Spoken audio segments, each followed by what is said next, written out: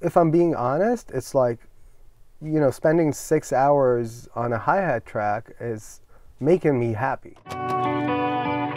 Do you recognize this sample? How about now? This is a track that has millions of listens, went platinum 5 times, and peaked at number 4 on the Billboard charts. And the producer who originally created that sample is J.Views, a 2-time Grammy-nominated music producer and creator. We caught up with J.Views at Splice in New York City right before the onset of the COVID-19 pandemic. Understandably so, that's where J.Views wanted to start with the conversation. This is 343 Lab's interview with J.Views. Kind of like took it too far when it comes to being in the know, you know? Like binging on it all? Yeah, binging on reality TV that is like... That is CNN and Fox News and shit, NBC. Yeah, it's kind of... And then you go like, yeah, I mean, it does connect to music, right? Because what you surround yourself with, like... We're kind of like a clean slate, like we're nothing, right? Mm-hmm. And then whatever you eat becomes your cells. Whatever you consume, like informatively, becomes your inspiration, you know? And it comes out through the music. Exactly, you know, so... With all that on your mind, like binging the political stuff, how is that transferring into what you're putting out, your output? Here's an interesting thing that I found. Yes, it's your diet. Yes, it's everything that encompasses your psyche. But the way it comes out might be the actual opposite of that, because that's a need that you have, you know? So now more than ever, when it's kind of like a trying time, like it's not the easiest, you know, I don't know when people are going to watch this, but we're in the midst or the beginning of, who knows, you know, the coronavirus and, you know, the Trump era and like a huge political contrast and like, you know, huge battle in... you know, left and right all over the world. And I feel like when I get into the studio now, you know, when it's kind of like in kind of like, let's say an okay amount, like just a little bit of politics, a little bit of like that kind of life around like me. Consuming, staying informed. Yeah, then I'm good. I go into the studio and I'm like, I'm a little bit, you know, maybe influenced by that. But now, when I go into the studio, it's the actual opposite. Like I close the door and I'm like, you know, just playing one chord, and it feels like compassionate. You know what I mean? It feels like it's made of something else, and the hardship outside, or how much that, you know, informative diet is kind of like in my brain. The intellect, the intellectual, you know, kind of like. World that we live in right now is actually gets completely dissolved in 1 minute, and I give myself to the music way more than in other times that are more tolerable. I think it is. I think it's the definition of that. Yeah. It's a very long explanation of like, yeah, I'm just like escaping. Thinking about this today with like everything shutting down and everything closing. Are we in like 1 to 3 months going to see this boom of like amazing music, or at least just the sheer amount of music that comes out because everybody is holed up in their studios, you know, doing their thing? Yeah. And it's a beautiful sweet spot, because if the emergency becomes like, you know, heightened, or like however you call it, like if it becomes like a true crazy emergency for every human being, then art goes out the window, right? Survival mode. It's like food, it's like you need to all of a sudden be with your family, it's like all of that. But like just a minute before that, when it's hard enough to not operate in normal life, but not hard as much as like to leave everything, there's a moment that is like blissful for creation. And I feel like right now we're in that sweet spot. I feel that as an artist. That's very optimistic though. You know, I don't know, like... Are you generally optimistic? I think in a way I am. Like, I think I'm an anxious person, like in my core, but at the same time very optimistic. I don't know, it's like the anxiety is taking a little bit away from, like I don't often sit and think like, oh shit, this is gonna, like, in my heart I feel like things are gonna be okay, you know? So I think in my very core, even though like I'm a little bit like a Jewish neurotic kind of like you know character, at least in my mind. Yeah, I feel like I'm optimistic. Otherwise, art would be impossible. You know.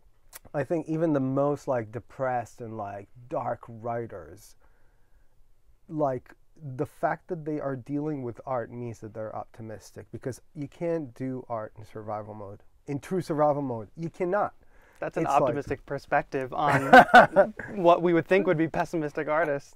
It's like because they're involved in art, they're opting into optimism almost. I mean, it's almost like it exists in a few levels, right? Yeah. One level is like, yeah, everything's so bad. I'm writing, like, I'm not talking about myself. I'm talking about like pessimistic artists, right?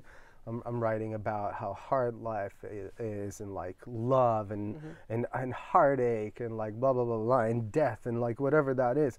But the very fact that I'm dealing with art means that I still have a meaning, a sense of meaning, and a reason to live. You know what I mean? Like, I feel like once you're opting out, like for me, when I see no meaning in art, which hardly ever happens, when I go like, oh, I need to like be mindful of, you know, only business or only survival, or I get caught up with like earthly kind of like type of thinking for a long period of time, I feel very empty after that. And I'm like, those are the times where I go into the studio and like, I just, you know, I can tinker with a loop. Yeah. And it's almost like the feeling that I get is unconditional love from it. You know, it's always there. It's always like, kind of like wagging its tail when I'm coming. No judgment. It's not like, where were you? Blah, blah, blah, blah. You should have. It's like, no, it's like, let's play. And I'm like, fuck yeah. You know, it's like, let's do it. It you know, I call it compassionate, but maybe unconditional love, or like a connection to my true heart, you know, like this is what I am. Music is like a very emotional endeavor for you. It's obvious in the music too. Oh, thanks. And how did you find that translating into when you started creating packs? Like from just creating straight up music, you know, songs and tracks, to like now putting that emotion into the different pieces now that you're kind of giving to other people. Is that another level of emotional connection? Is it the same? That is actually closer to that joyous being that is, because, you know, when something becomes your profession, I don't know, but I think for most people, like, you can't help but put a little bit of baggage. Becomes a little burdensome. Exactly. You know, like, and I'm not saying that making music is like that for me, but it has a little bit of weight. So when I started to create sample packs, that actually I'm using exactly the process that I'm using, you know, in the studio when I'm making music, only there's zero thought. Like, I feel like my creative process is divided to a few parts. Like, one is just being like the collector, right? Like walking around the world, seeing things, sampling ideas, hearing sounds, just being an open radar, right? Like, and then the second part is like being the artist, like taking all of that inspiration in the studio and just like throwing it and playing and being like in that artist zone, like right brain thinking, what people call the zone, right? You know, the flow. So the flow is where I see art, and like arrangement doesn't matter, editing, language, lyrics could be artistic, but could also be like linear thinking of like left brain kind of thing. So, and then, you know, when I'm working on music, there's always that, I can never go full on right brain, because there's always the editor, which is the next role, which is like, oh, great. Like now my, you know, DAW is looking like somebody just exploded in there, and it's like 30 minutes of like nonsense and a few moments, and it's great. It's like a sandbox, right? Yeah. But I do have that little voice that says like, how are we gonna make that speak in the language of humans? Yeah. Verse, chorus, 3 minutes, whatever that is, you know? And that is a part that is more contrived for me, like, because the real me exists not in editing. It exists in art. Free flowing, you know, making art. But that is incoherent, and I do really appreciate like the last, you know, bow on it that makes it a product, right? So to go back to your question, the Splice part of it actually stops in art, or almost more than songs for me. You know, like it's like, oh my God, this tape is the most beautiful thing I've ever heard. And I'm gonna like, I'm just like, I'm going inwards, you Right. know, like instead of like, left and right on a linear kind of like timeline, if that makes sense. And that is liberating, and that, when I'm now using my sample packs for my songs, Right. almost exclusively. Those are the sounds that I'm using because I'm like, I walked so deeply into each of those channels, and like I explored so much of my passion. It's like it emits that purity for me, like, if that makes sense. Yeah, for sure. So yeah, Splice helped me just rediscover my love for tinkering with a hi-hat sound for like 6 hours. That's amazing. That is hard to do when you're working on a song, but that is what I truly want to do. But I also wonder, because you have such commercial success in tracks that are I wouldn't finished. say that. You have a fair Thank you. a commercial success that people definitely envy and would like to build for Thanks. themselves. Thank you. But it seems like your natural inclination is to really just go out there with it and be free flowing. And I think a lot of people get caught up in never finishing something. Yeah. So how do you switch gears like that and get yourself to a point where it's like, okay, no matter what, I'm going to finish this. I'm going to get this done. That's a really good question. I actually, that has been a very challenging topic in my life, because a lot of people, like us, and producers, and some producers just go straight, right? Like, finish the tracks like linear, like they exactly. just go through. For me, when I'm trying, I was just in LA last week, and I met with a lot of producers, and I saw like a lot of the industry now is, going for quantity. I'm not saying that the quality is low, but I'm saying like there is this, especially with tools that make it easier to build tracks faster. Well, because it's a news feed. The more you put out, the more it pushes down the old stuff and puts you back at the top. Yeah. And so I thought, like, how am I going to fit in this world of producers and productions? Like, because if I'm being honest, it's like, spending 6 hours on a hi-hat track is making me happy, And if I bypass that, if I fast forward that in order to get more tracks done, I might as well just work in a different job altogether, if I want to fast forward on my kind of like most joyous moments, If you're going to sacrifice what you love. Exactly. You might as well just something else. sacrifice You do everything. anything. Yeah, but, like, I did reach many situations where I was like, oh my God, it's been 4 years and I haven't released anything. Wow. So that happened to me a few times, and the ways that I got around it was, one time I made a Kickstarter project to kind of like, I had an idea to document the making of an album, like every milestone, and like, I was like, I need to do that, and like kind of like open my creative process. Right. So if I have people that have already paid for that, and I committed to release, let's say, 1 track a month or something like that, now I'm like committed, not internally, but I'm committed externally to the world. Those people are holding you, like they're holding you responsible. They're like, hey, you said you're going to do this, do it. Exactly. And like, even though we can say that money doesn't matter and all that, and like a commitment is a commitment, like, there is something about the fact that somebody pre-ordered your album. It's like, I can tell you like, hey, from tomorrow I'm not gonna eat this, and then like it's a diet starting tomorrow, like, and I promised myself, it's like the first opportunity I'll have to eat chocolate. You have no accountability. Only even to yourself. though like at the moment of commitment, I was very serious about it. But if I say it out loud to you or many people, that's one level up. And if you paid me in order to do that, it's one level up. Even if I would want to think otherwise about myself, that it's not the money. It's like, no, when somebody put actual money, like $12.99 for an album, $29 for a vinyl, whatever it is, you know, or like a subscription, all of a sudden I'm like pushed against the wall, and that is when magic starts in the real world. It's not the theory, like that. I'll do this and then I'll do that in the music video. It's like, no, like we're live, like, and that is the most liberating thing. So I did that a few times. Once through Kickstarter, and another album I was just like pre-order it.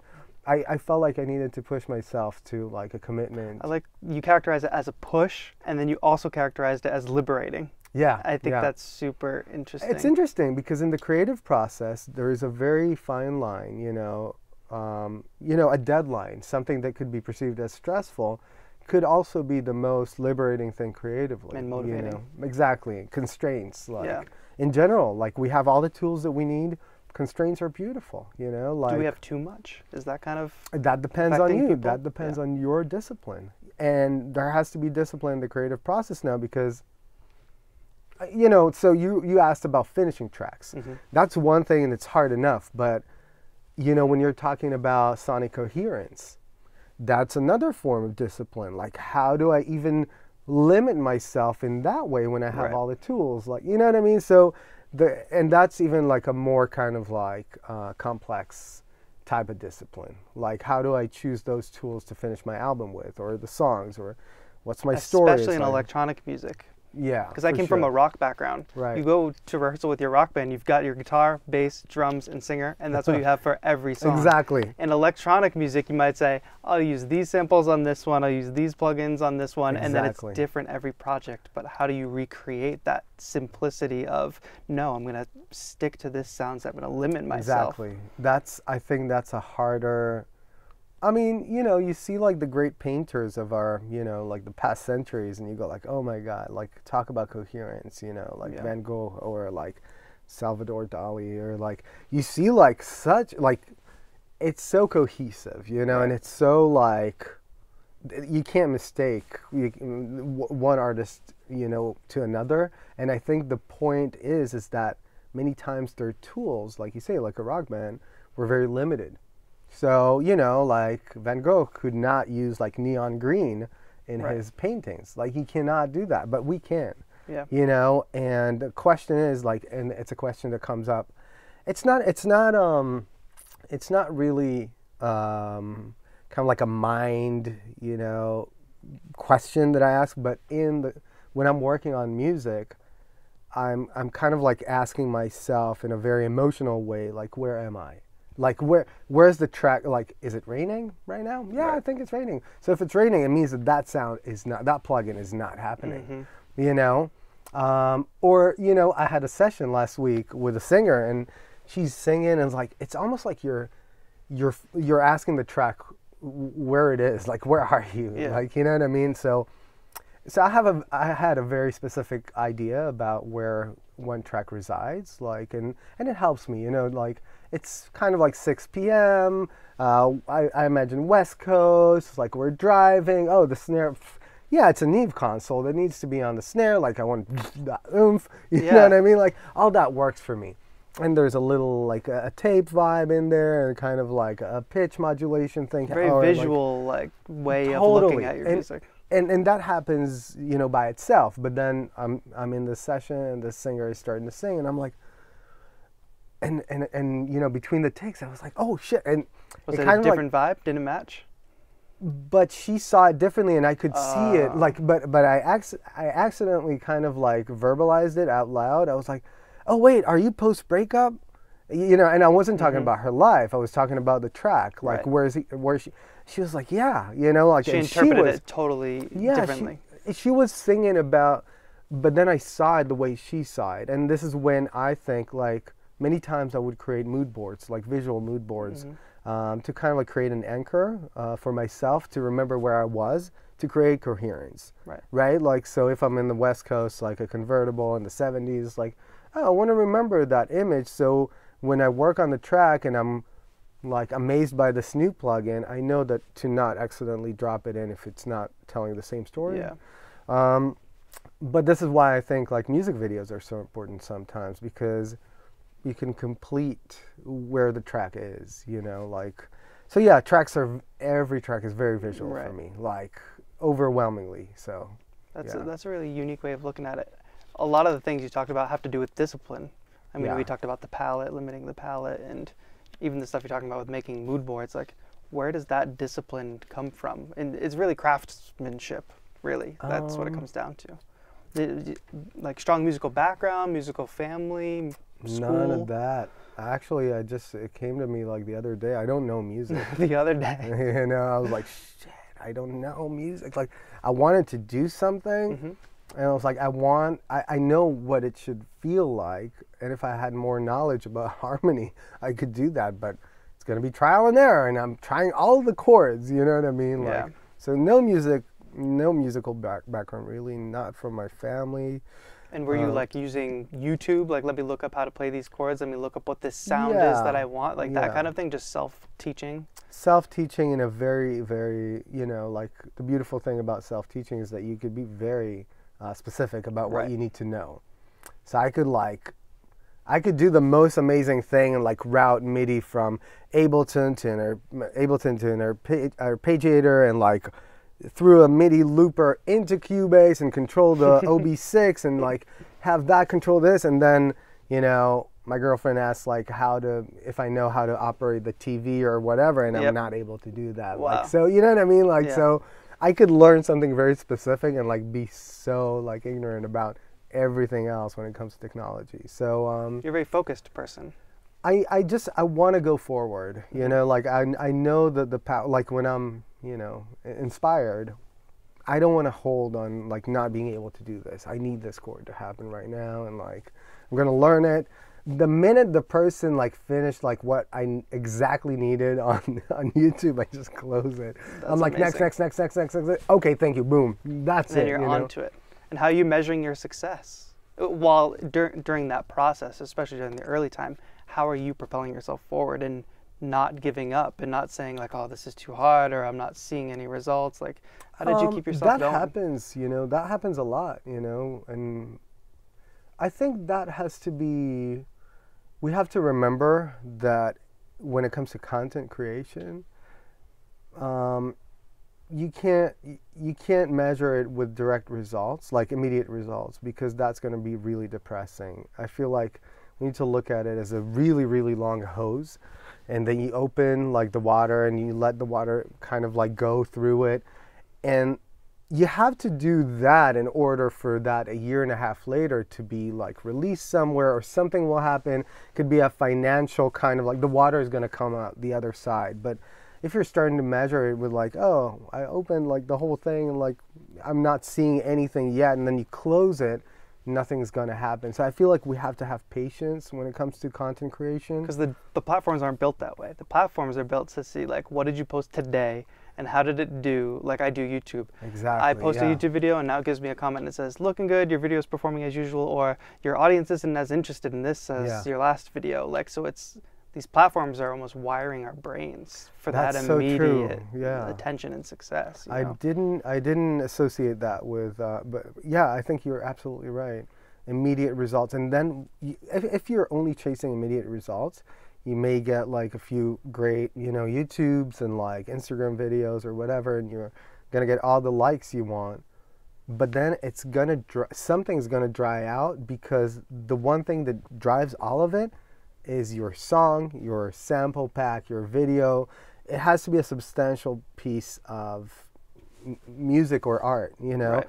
And those pieces need time, more time than it takes to post, you know, an Instagram post or something like that. So I feel like it's a little bit of a balancing act, like to stay in the know. Like I'm not posting on Instagram at all anymore, because I went into the studio and I'm like, I found that patience and trust go together hand in hand, and it's like a beautiful process when you trust that things will be okay. It allows you, again, to let go of that survival mode. It allows you to tap into your heart, and patience like lets you take all the time that you need. Sometimes I go like, you know, I finish the day in the studio and I'm like, oh my God, I've got nothing. Like I just spent like, and then I tell myself like, you know, I kind of like calm it down. I'm like, that's okay. I'm like, I'm going to take all the time I need to finish this song. It's trust in yourself. Exactly. And trust in the fact that you're not wasting time, you know, because it's hard like to be in a closed circuit, not share demos, not be like, you know, we all want to share, like we all have that thing. Like we want to share a demo. As soon as we're done. Exactly. I want to just like, I want reassurance. And I'm producing other artists. So many times they would be like, sending me like a voicemail of like some type of melody. It was like, what do you think? Is this the right move? It's like, I'm like, I can't understand anything from this, and I need you to trust yourself to build it a little bit more. Inject your sense of meaning into this. Yep. Be in, like, perform this demo as if you think it's already released and it's amazing, and send it to me. Like, I can't have this, like, if you plant doubt at every milestone, every point, it stacks up over time, especially over the course of a track, from the voice memo to the final. If that whole thing is built on doubt, exactly, what's going to happen? And there's even no way that we need to have blind faith in, you know, it's like in the creative process. We need to dive in, be like, I'm going to go all in on this song. It might suck at the end. And it happened to me. Mm-hmm. I went all in on songs, including the music video. And, you know, even financially, it's just like a huge kind of like, and I was like, okay, it's not that. And I've had like 3 major music videos that I didn't release. Wow. Like, that are sitting, and I'm okay with it. And you just don't dwell. Just move on to the next thing. I can't, because, like, on the one hand, I have to respect the creative process, and I have to go for it. I can't be in, like, I can't finish a session, like, send the demos. Like, sometimes, you know, you would send a demo or like a snippet to a friend, and they'll be like, you know, and then you would look like to see what they really think about it and all that. And it's such it's hard to create in that way that you doubt yourself at every point. So even if the faith and trust that you have in yourself is fake, it's still very useful to your process. Whatever makes you move forward, just respect the process. You know if it's good or not. And people sometimes, it's hard to show a track without the context, right? For sure. So many times I would share something, even a completed song, you know, and I would be like, and people wouldn't get it, and I'll be like, I know where this song is, like, I know that this is how it's supposed to be. They're just not in the right space for it right now. And maybe I didn't do the right work. Like, I had that with a song of mine called Salty Air. And it's a very specific, it's like the minute I started this song, like 10 seconds in, I was like, I'm done. I did what I needed to do with this song. Then I was like, okay, I need a verse and a chorus, like blah, blah, blah, blah, blah. But like the heart of what I wanted from that song happened in like the first 10 seconds. Like the song starts and there's like this like explosion that feels like you can almost smell like,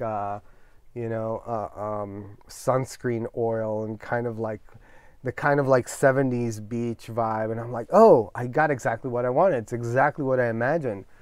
And then I needed to complete the song, but whatever. I released the song, and then I had a video in the making. But when the song was released, it was like, kind of crickets a little bit.